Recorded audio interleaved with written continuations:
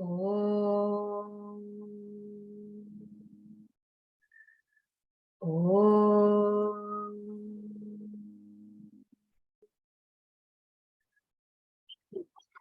Om.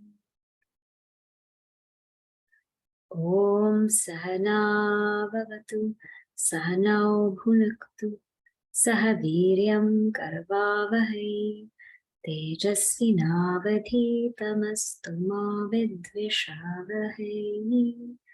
Om Shanti Shanti Shanti. Samasta Jana Kalyani Niratam Karunamaya Namami Chinmayam Devam Satgurum Brahma Vidvaram. Last week, we discussed Sutra 48. So let us just go through that. Sutra 48. Yaha karma phalam tyajati. Yaha karma phalam tyajati. Karmani sanyasyati. Karmani sanyasyati. Tato nirdvandvo bhavati. Tato nirdvandvo bhavati. So, yaha karma phalam tyajati, the one who is able to give up the results of their actions. Karmani sanyasyati, the one who is able to give up egocentric activities. And tataha nirdvandvo bhavati, who is free from the pair of opposites. So this is with regards to the person who has crossed Maya. Kahatarati, kahatarati, who crosses this Maya of Bhagavan?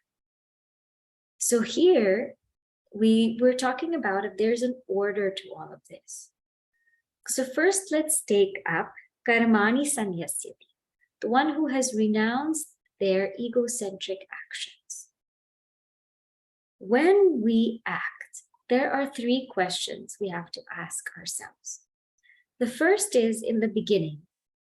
Is this to boost my ego or is this to break my ego? If we take up an action to boost our ego because we want to make ourselves present or known or appreciated, or we want to expand our ego, or we want to stand out, we want people to say things to us. If the action is for that purpose, then already we have failed. Already we have failed because whenever an action is to boost our own ego, we cannot be equanimous during the process of the action because we will find ways to protect our ego, to keep it intact. And when it has to be scrubbed and rubbed in the process, we won't like it. And at the end, we will suffer. If there's any disturbance or any problem that's happening, it all comes back to the ego. It's always the ego. There's nowhere or there's no need to look for any other place. So the first question, is this action to boost my ego or to break it? Yaha karmani sanyasyati means this action is to break my ego. It is for something higher, it's for something greater, it's for me to be involved in something far and above this little I. If so, in and through the process, nirdvandvo bhavati, I can be without ups and downs because I'm not trying to protect my ego. So the second question to ask is, am I disturbed or am I equanimous? During the process, if I'm able to maintain my equanimity, that only means that it's not about my ego. It's about this vision. It's about something greater. So I'm able to keep my composure. If my ego gets hit, it's okay. Hit it again. It's okay because it's not about that. So throughout, am I able to maintain my composure? Or am I disturbed? And then at the end, can I actually accept the results of the action? Is there insistence that things should work out the way I want them to work out? Or am I willing to accept that there's a greater power, there's a higher power than me? That's called Bhagwan, that's called God. And this higher and greater power can do so much more than I would have ever imagined. If we just look at our own lives, how many of us ended up where we planned? Imagine if we had to create our own lives, how limiting would they be? But because Bhagavan is creating so many possibilities which we never would have imagined have come to us, because we have placed our lives in the painter's hands, a greater painter's hands, one who can paint masterpieces, and not just one who breaks everything in pieces. So therefore, through this sutra, we really explored how important it is to think and reflect upon all the actions that are being done through this body, mind, and intellect. The person who is willing to break their ego, only that person can cross Maya. Because Maya, after all, is beyond the ego. All right, now let's see the next sutra.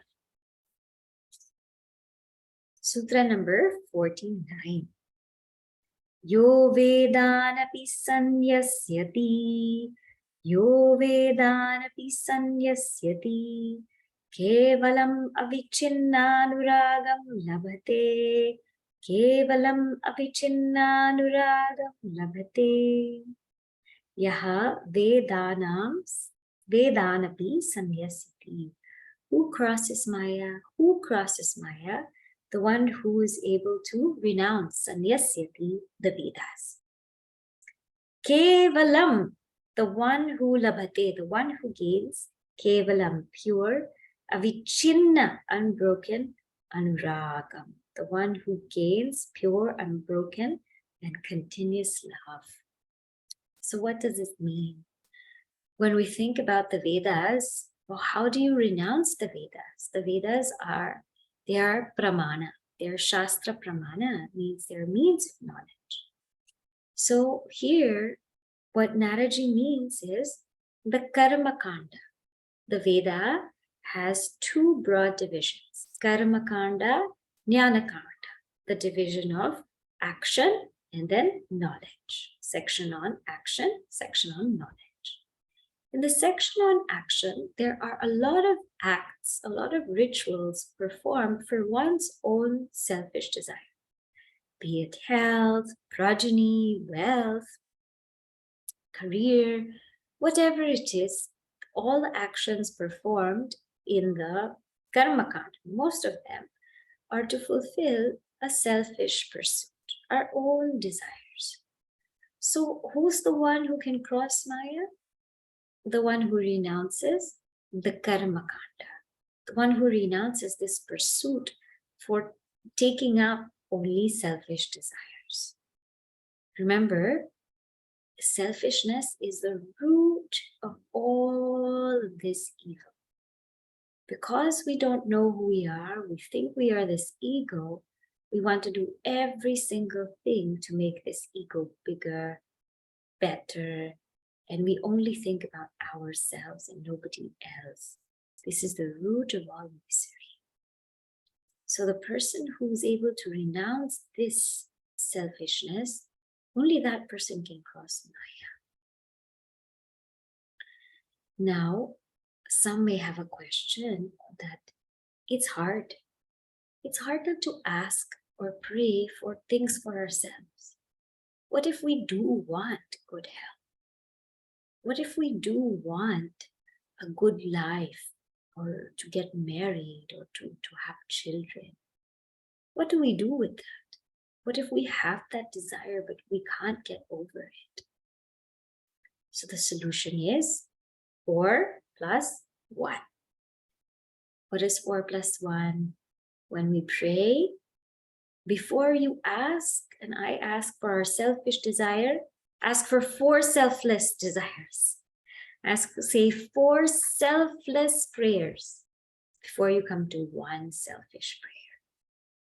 That way, our mind gets trained to think about other people before ourselves. And slowly, slowly, then we will just think about the self, that truth. Another meaning of this is also not someone who has just renounced the karma kanda, but somebody who's also renounced the jnana kanda, the section on knowledge. What do we mean?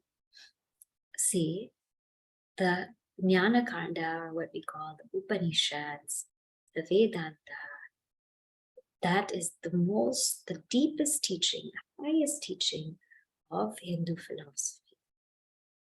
But in that teaching, there is some sort of danger to claim that I am a knower of Brahman. I am the knower of this truth. Even that knowing that I know this truth, I am aware of this truth, I have studied the Vedas, even that is a sense of ego. The knower of Brahman is Brahman. The knower of truth is truth. They do not remain a knower. So this renouncing the Veda also means renouncing that knower, because one remains as pure knowledge itself. Who else crosses Maya? The one who gains pure love. What is pure love? Pure love means just love without wanting anything from that person. Thinking, what am I going to get from that person? Without a taint of what's in it for me. Without that taint, that is called pure. It is just love. When we say something is pure, means 100% pure olive oil or 100% pure water, means there's nothing else mixed in it. So kevala, pure, means nothing else is mixed in that love. It's just love. Oh, why do you love Bhagavan? Just I love Bhagavan. Whether he gives, he doesn't give. Whether it appears that he's there, it appears that he's not there. He's always there. But whatever it is, it's just love. Avichinna. Avichinna means that love is unbroken. It doesn't mean that we have to think about God all the time, because knowledge is not a thought. A thought creates knowledge, but knowledge is not a thought. For example, I don't have to think about my name all the time, Shubhani, Shubhani, Shubhani, to know I'm Shubhani. I don't have to think I'm a woman all the time to know that I'm a woman. But that I am Shubhani and that I'm a woman, it dictates all the actions that I have. All the actions are done with a mindset that I am Shubhani and I am a woman, right? So I will wear my sari in a certain way, I will dress in a certain way, not because I'm thinking that I am this all the time, but it is an overlying or underlying understanding amidst my actions. The same way for a mother, right? She doesn't have to have the thought of her child all the time, but underlying all her actions, her working, her cooking, her worshipping, her cleaning, her taking care, her giving, her running errands, her child is the underlying thing, underlying being, underlying purpose, right, of all her actions. So for a bhakta, the underlying purpose for all actions is Bhagavan. You don't have to think Bhagavan all the time. The underlying purpose for each and every action is only Bhagavan. It's called avichinna. Avichinna. It's not Bhagavan and the world, not Bhagavan also the world. It is Bhagavan alone. that person who can really have that bhava can cross Maya. Bhava means feeling, emotion. Can cross Maya. Who else can cross Maya? Anurag. Anurag. The one who has gained this anurag. What is this anurag? See, when we love the world, what happens? When we love the objects and the pleasures, beings of the world, we love, but the more that we engage with them, we get attached. And the more we get attached, we become sorrowful because we're not always able to get what we want. And when we don't get what we want, we become angry. And if we do get what we want, we become greedy.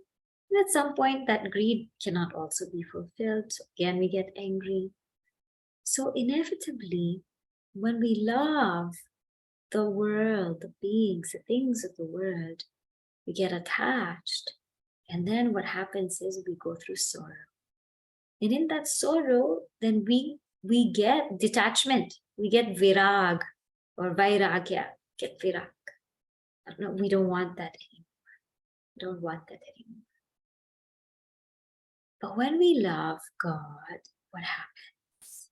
When we love God, that attachment is so beautiful that we want to keep loving more and more because it gives us a great sense of peace, great sense of calmness, a great sense of happiness, of bliss. And the more we love, the more we want to love. So that love for Bhagavan turns into anurag. Anurag, more love, more deeper love. The love for the world, it turns into virag or vairagya. We don't want to get into that anymore. So this person, this being who has this kind of love, only that person can cross Maya. That's what this sutra then now concludes with. Sutra 50. Sattarati, sattarati, sattarati, sattarati, salokan starayati, salokan starayati. Sahatarati, that person crosses. Sahatarati, that person crosses. Sahalokan tarayati, that person also causes others to cross over Maya. So who is this being now who crosses Maya? We will now just recap all of what we saw, starting from Sutra 46. Who crosses Maya? And remember, what does it mean to cross Maya? What it means is to be able to look through the names and forms and see the essence, which is Bhagavan. So the one who can look through the names and forms and see Bhagavan as the essence, that person crosses Maya. The one who can look through these names and forms and see Bhagavan in essence, that person crosses Maya. So number 1, yaha sangam tyajati, the one who gives up all attachments to sense objects. Number 2, the one who serves great masters. Yaha mahanubhavam sevate.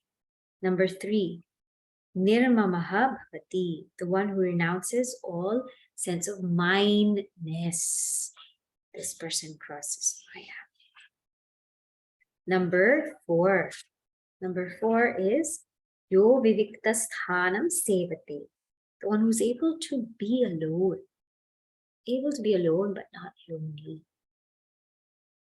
Then number 5, yaha loka bandhanam unmulayati, the one who is able to uproot bondage to the world of objects, uprooted.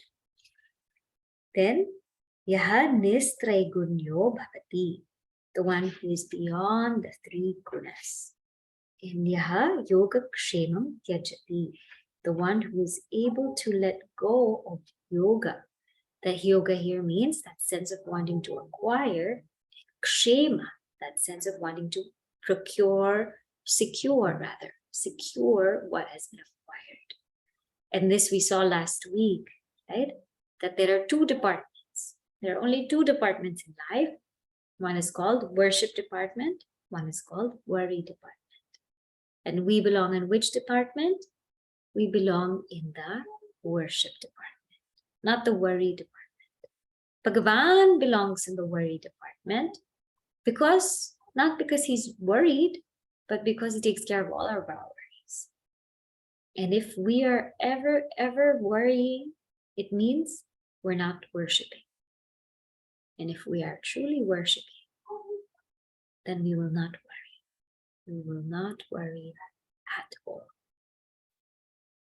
So the one who's free from worry, Hakuna Matata, that person crosses Maya.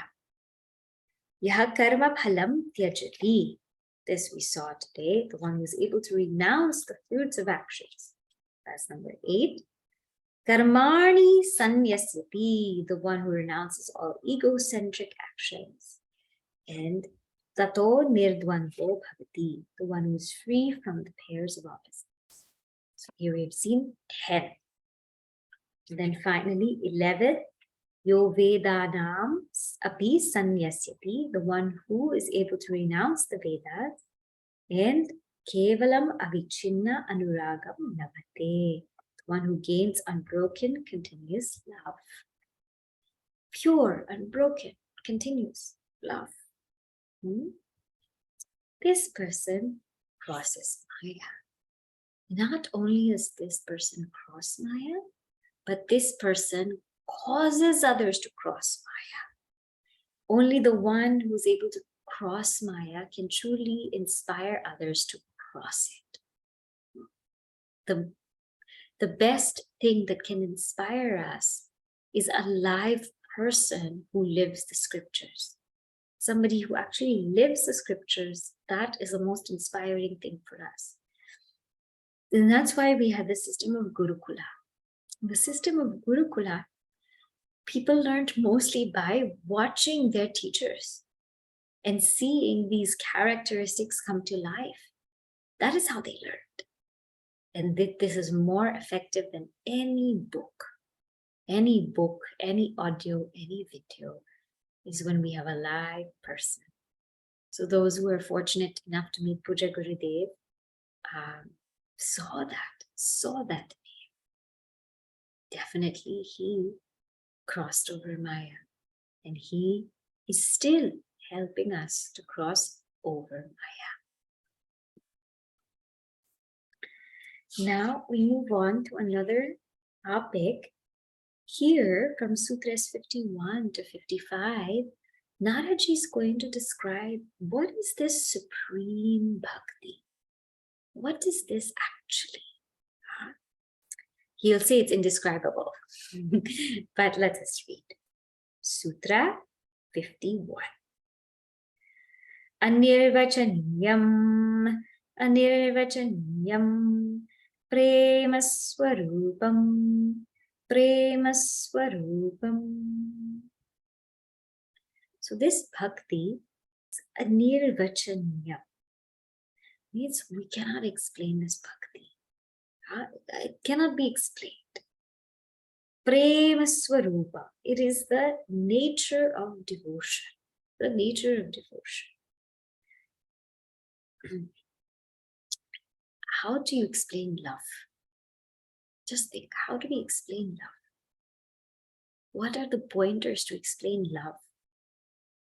And if we can't explain love, how do we explain devotion? Sometimes scolding is love. But sometimes speaking sweetly is love. Sometimes paying attention to someone is love. Sometimes ignoring someone completely is love. Sometimes being near someone is love. Sometimes giving them space is love.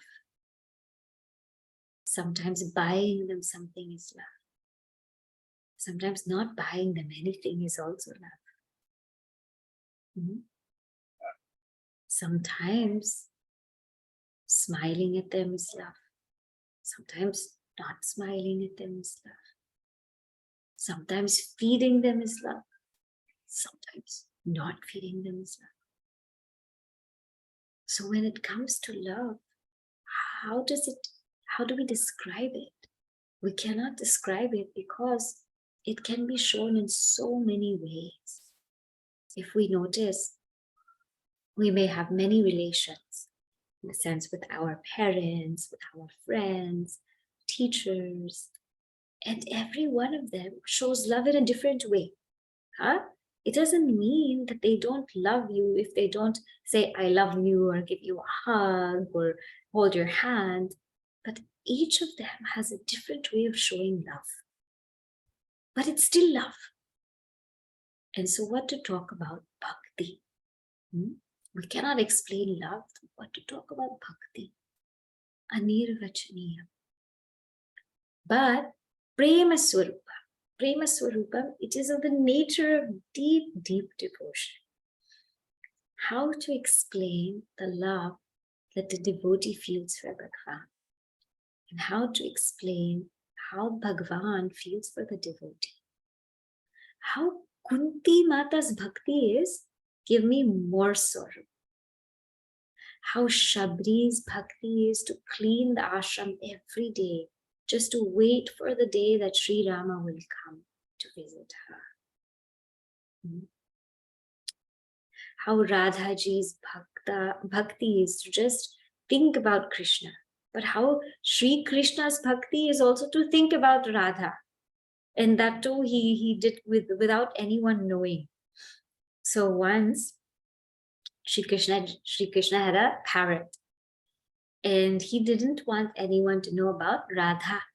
So he told his parrot, I want you to keep repeating these words. Dhara, Dhara, Dhara. And so when the parrot kept repeating Dhara, Dhara, Dhara, obviously it became Radha, Radha, Radha. And so that was his love. So how Bhakta loves Bhagwan, how Bhagwan loves Bhakta, this we cannot explain. And in fact, we keep asking God, please take care of us, please protect us, please guide us. But have we paid attention to how Bhagwan has been protecting us all along? If we only see how we've been protected, then how can we even wonder? Once, this saint came to visit Mirabai. And her Mirabai's famous words is, my Prabhu, Meri Prabhu, Giridhara Nagar. So her Bhagwan, that form of Shri Krishna she worshipped, was Giridhara Nagar. So once the saint asked her, what is this Giridhara Nagar? She said, Giridhar is the one who holds the mountain in his hand. He supports the entire mountain.